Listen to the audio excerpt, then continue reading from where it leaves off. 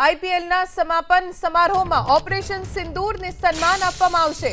સમાપન સમારોહમાં ત્રણેય સેનાના વડાને આમંત્રણ આપવામાં આવ્યું છે। બીસીસીઆઈએ ત્રણેય સેનાના વડાઓને આમંત્રણ આપ્યું। નરેન્દ્ર મોદી સ્ટેડિયમમાં રમાવાની છે આઈપીએલની ફાઇનલ મેચ।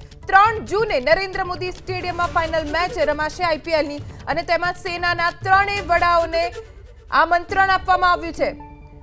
ક્લોઝિંગ સેરેમની આઈપીએલની ભવ્યાતિ ભવ્ય કરવા માટેની તૈયારીઓ। બીસીસીઆઈએ ભારતીય સેનાના વડાઓને આમંત્રણ આપ્યું છે। 3 જૂને નરેન્દ્ર મોદી સ્ટેડિયમમાં આઈપીએલની ફાઇનલ મેચ રમાવાની છે અને ત્યારે આઈપીએલના સમાપન સમારોહમાં ઓપરેશન સિંદૂરને સન્માન આપવાનું આયોજન કરવામાં આવ્યું। નરેન્દ્ર મોદી સ્ટેડિયમમાં રમાવાની છે આઈપીએલની ફાઇનલ મેચ। 3 જૂને નરેન્દ્ર મોદી સ્ટેડિયમમાં ફાઇનલ મેચ રમાશે આઈપીએલની અને તેમાં સેનાના ત્રણેય વડાઓને આમંત્રણ આપવામાં આવ્યું છે। ક્લોઝિંગ સેરેમની આઈપીએલની ભવ્યાતિ ભવ્ય કરવા માટેની તૈયારીઓ। બીસીસીઆઈએ ભારતીય સેનાના વડાઓને આમંત્રણ આપ્યું છે। 3 જૂને નરેન્દ્ર મોદી સ્ટેડિયમમાં આઈપીએલની ફાઇનલ મેચ રમાવાની છે અને ત્યારે આઈપીએલના સમાપન સમારોહમાં ઓપરેશન સિંદૂરને સન્માન આપવાનું આયોજન કરવામાં આવ્યું।